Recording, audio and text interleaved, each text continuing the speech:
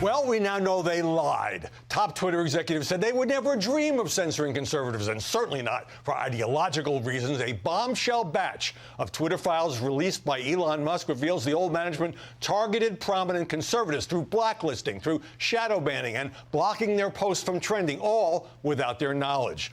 Two Twitter staffers told journalist Barry Weiss, tapped by Musk, that we control the amplification of your content and normal people don't know it.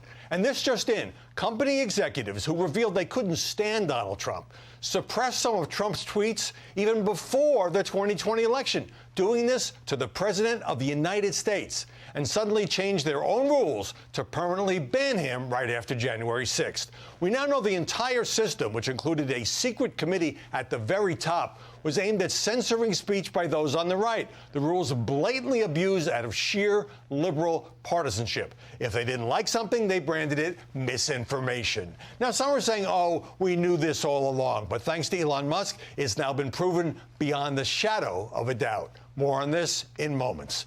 I'm Howard Kurtz, and this is Media Buzz.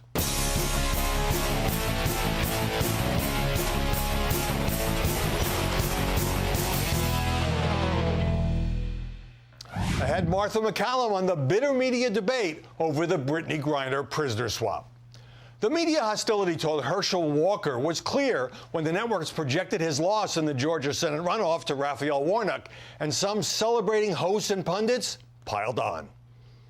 America showed us again they weren't going to vote for crazy. Herschel Walker was a wholly unqualified, out-of-the-box candidate. Herschel Walker used to mean inspiration. Now it means insult. He's an insult to the black community. Without the black and Hispanic minority vote, there is no Democratic Party. So they have to demonize Herschel Walker, a black man who happens to care about freedom, liberty, and the right to decide what's best your interest. We don't change anything. We have the same people in place in leadership, same people in place apparently at the RNC. I'm pissed tonight, frankly. Joining us now to analyze the coverage, Guy Benson, host of the Guy Benson radio show and podcast. And in New York, Harold Ford, the former Democratic congressman and Fox News contributor. Guy, Herschel Walker was mired in one controversy after another. Was he treated unfairly by the media, or was there no way to avoid covering all of these allegations about abortion and children he rarely saw and other accounts by accusers? Well, I don't think he was treated appreciably worse than most Republicans are treated, especially in big, important races that the media cares about collectively, and they generally root for Democrats because they mostly are Democrats. But I think that there is something to the premise of that question, which is Herschel Walker, while being a football star and standout and beloved in that state for his exploits on the field, was not a tested or terribly good political candidate who had a lot of baggage that emerged over the course of the race. I'm not sure he handled all that baggage terribly well. He was vastly outspent, sort of ran a bit of a skeleton campaign, it seemed like, down the stretch toward this runoff election. And then the pattern that was all over the country continued. Incumbents in the United States Senate winning, and that's exactly what Raphael Warnock did, with all of those advantages that I just laid out playing in his favor. Right. I certainly think it's fair to question the timing of some of the accusations, clearly designed to hurt his candidacy. Sure. Harold, there are a lot of factors at play here, but is it smart for a candidate, even one who's under siege, to stop talking to the press and lose that platform? Well, first off, thanks for having me. Happy Sunday. I never think you stop talking to the press, but I think Guy laid it out very well. This is a political season, and politics happens in a political season, and the best candidates generally win. I thought the most interesting analysis on election night was that from our own Laura Ingraham, who I think points out that the political system as it's organized today on the Republican side is not yielding the kind of victories that Republicans want. I'm a Democrat. I'm happy that my party is succeeding, but I'm also an American first. I think the system is healthier. The body politic is healthier when both parties are competitive and offering ideas. So to your point, Howard, this precision of your question, I think you always have to be out shouting your ideas, shouting your message, and telling voters wherever you may be running how you're going to make their lives better and make the country better. Right. And people in Georgia decided the other night that it was Raphael Warnock who could do that best in the United States Senate. Yeah, Walker did some Fox News interviews, but he basically avoided all the reporters who were covering him and kept him at arm's length. Guy, the media are covering this huge blame game among Republicans Republicans who thought, understandably, they had a pretty strong shot at taking the Senate. And they're happy, the media are happy to shine the spotlight, I think, on GOP folks who say it's Mitch McConnell's fault or it's Donald Trump's fault because he recruited these MAGA candidates who lost in the 5 key battleground states: Georgia, Arizona, Nevada, Pennsylvania, and New Hampshire. Yeah, I mean, it's a storyline that many in the press are very eager to cover. It's also real, right? You have a lot of people in the Republican Party, the grassroots, activists, voters saying what happened here, casting about for reasons why.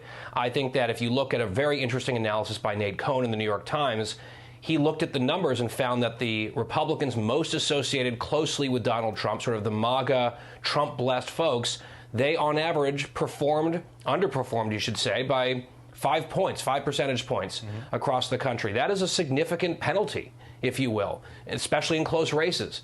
So I think the crux of the election was Republican turnout was quite good.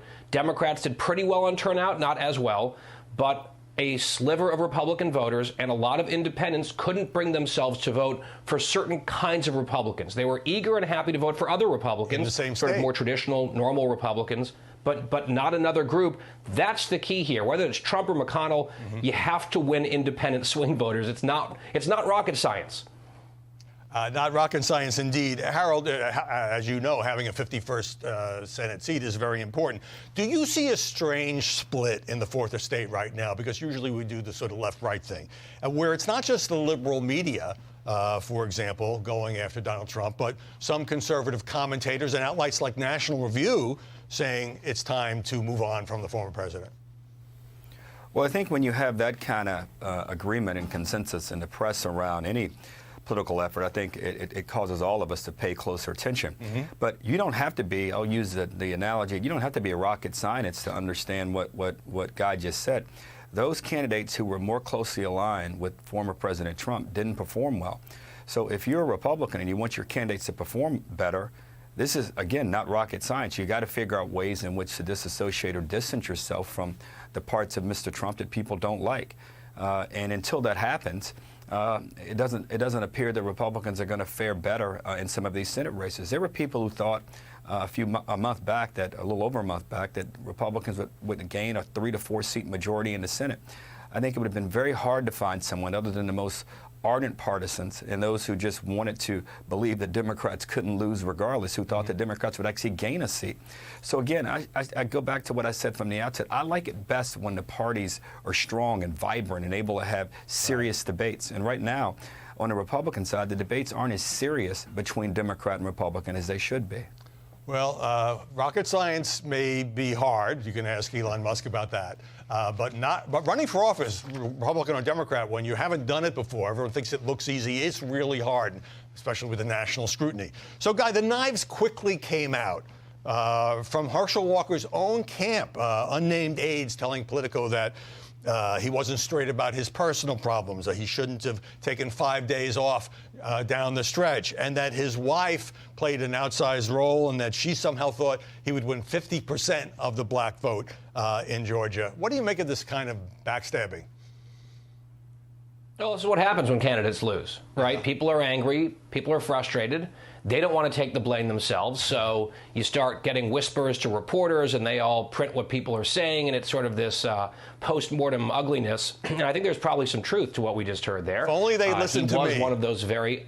If only they had listened to me. Exactly. But he was one of those untested candidates. And to your point, Howie, and the question you asked earlier of Harold, if you are getting absolutely crushed on the airwaves and being outspent dramatically, you only compound the problem by not really engaging with the press because you're giving up sort of an opportunity to amplify your message that's already getting crowded out by the other party's spending.